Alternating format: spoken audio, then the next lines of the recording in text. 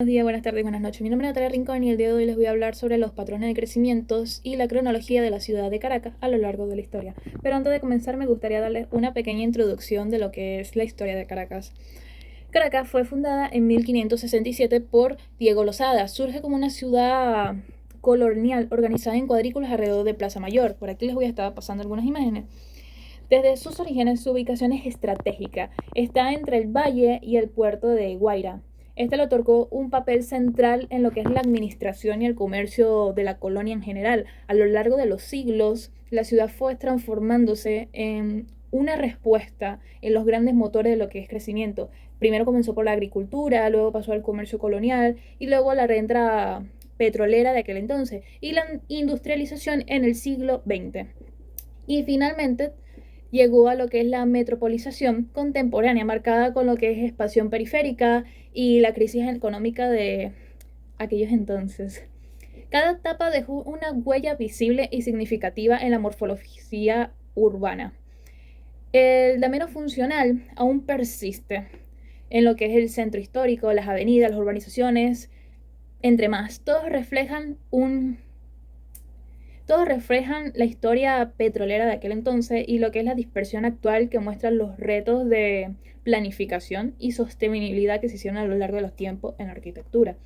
La cronología de Caracas no solo es un registro de lo que es el crecimiento físico en general de Venezuela, sino también que es un espejo del proceso social, económico y político del mismo.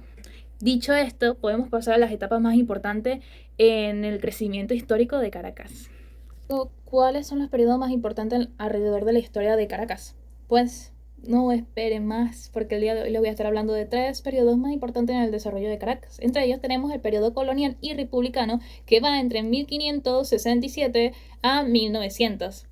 Bueno, el motor de crecimiento de este entonces, de esta etapa determinada, estuvo muy influyente por lo que era la economía agrícola de aquel entonces, principalmente lo que es el cacao y el café, y por su función como centro administrativo que a la vez era religioso colonial.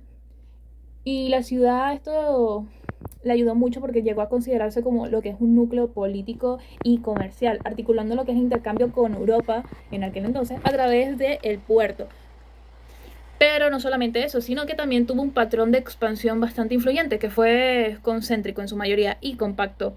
La ciudad creció alrededor de lo que es la Plaza Mayor, que aquí mostré imágenes, pero lo vuelvo a poner, siguiendo lo que es el modelo de Damero, que eran funcionales establecidos por la ordenanza de Felipe II de 1573.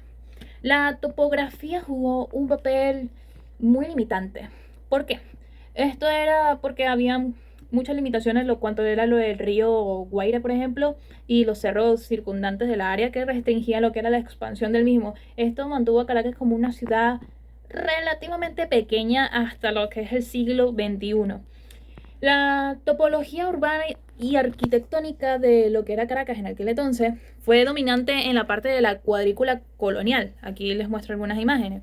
Las casas con patios, las casas con patios internos como era en esa época colonial, los techos eran de teja, los muros eran de adobe, que definieron una gran parte de lo que es la imagen urbana de aquel entonces.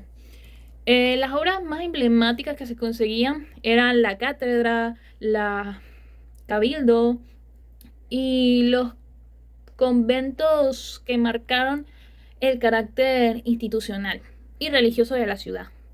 Este periodo dejó como legado un centro histórico que aún conserva lo que es la traza original.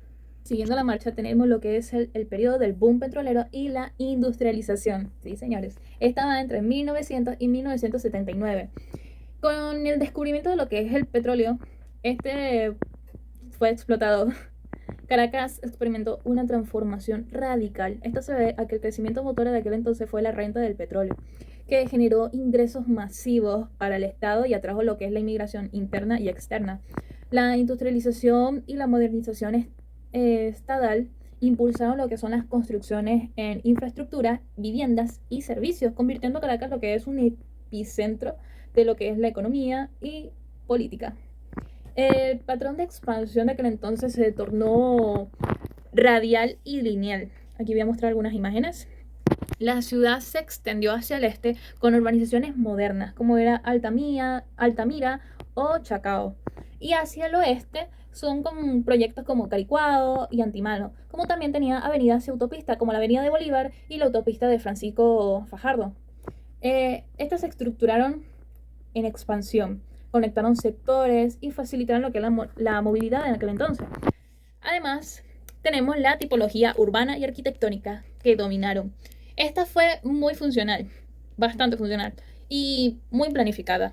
Esta inspira lo que son los principios del urbanismo moderno y que se conservan hoy en día. La ciudad universitaria de Caracas, diseñada por Carlos Raúl en Villanueva, creo que en Villanueva, se convirtieron en un ícono, completamente un ícono del racionalismo arquitectónico. Aquí muestra algunas imágenes. Y además de ser un ícono arquitectónico, también se volvió un arte integrado. Los superbloques de lo que es del 23 de enero reflejaron la política estatal de la vivienda masiva.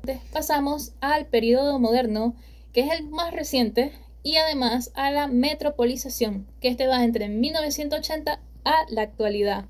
En las últimas décadas, Caracas ha enfrentado un crecimiento urbano bastante complejo y fragmentado. El motor de crecimiento del mismo ha sido la metropolización y el aumento demográfico, acompañado de lo que es la crisis económica y política, que han limitado la planificación integral del área. El comercio y los servicios, junto con lo que es la construcción de centros comerciales, torres de oficinas, han referido a la dinámica urbana. El patrón de expansión de esa época y actual se caracteriza principalmente por lo que es la dispersión y la ocupación periférica. La ciudad se extendió hacia lo que son los municipios vecinos y las laderas, generando una expansión bastante irregular, la verdad, y poco controlada. La fragmentación de urbana se hizo muy evidente, de hecho, ya que son sectores que están planificados, que convienen con asentamientos informales, creando contrastes socioespaciales profundos, entre otras cosas. Sin embargo, tenemos que la tipología urbana y la arquitectura dominante de aquel entonces y este entonces es heterogénea. Está bien. Estos conviven con lo que es la cuadrícula histórica, que se los mostré anteriormente, y las urbanizaciones modernas y los barrios informales. Es decir, que se están integrando bien. Obras como lo que es la autopista metropolitana, como Francisco Fajardo y la Cota 1000, como los centros comerciales de Sambil y el Recreo, y las torres del parque, representan lo que es la infraestructura contemporánea que se fue conservando a través de la historia. Al mismo tiempo, barrios populares como lo que es Petares y La Vega muestran lo que es la realidad de expansión informal y la falta de servicios adecuados. Este periodo refleja la complejidad de Caracas como la metrópolis fragmentada y desigual. En conclusión a todo esto, podemos decir que la historia urbana de Caracas nos muestra lo que son cada etapa de crecimiento del mismo, que han dejado una huella significativa que hoy condiciona sus desafíos. Es decir, que esto dejaron lo que era lo que hay hoy en día. El damero colonial, aunque aún está presente, actualmente se encuentra tensionado por lo que es la expansión moderna. El agua petrolero se introdujo lo que eran las avenidas, urbanizaciones planificadas, pero también profundizó mucho en las desigualdades que se encuentran hoy en Caracas y la metropolización reciente, que generó una ciudad muy dispersa y fragmentada. Estos procesos se explican los problemas actuales de la movilidad con una red vial muy saturada y desigual, que dificulta mucho la movilidad, donde la infraestructura no logra cubrir todo lo que es la población y la planificación de la misma. Lo que podemos decir es que Caracas es un lugar con mucha historia, que a pesar de sus altibajos, no es solamente lo que es un resultado de las decisiones pasadas, sino que también es un reto presente. Este proyecta un futuro urbano más inclusivo y sostenible, capaz de responder a la complejidad de su territorio. Muchas gracias por su atención y espero que les haya gustado.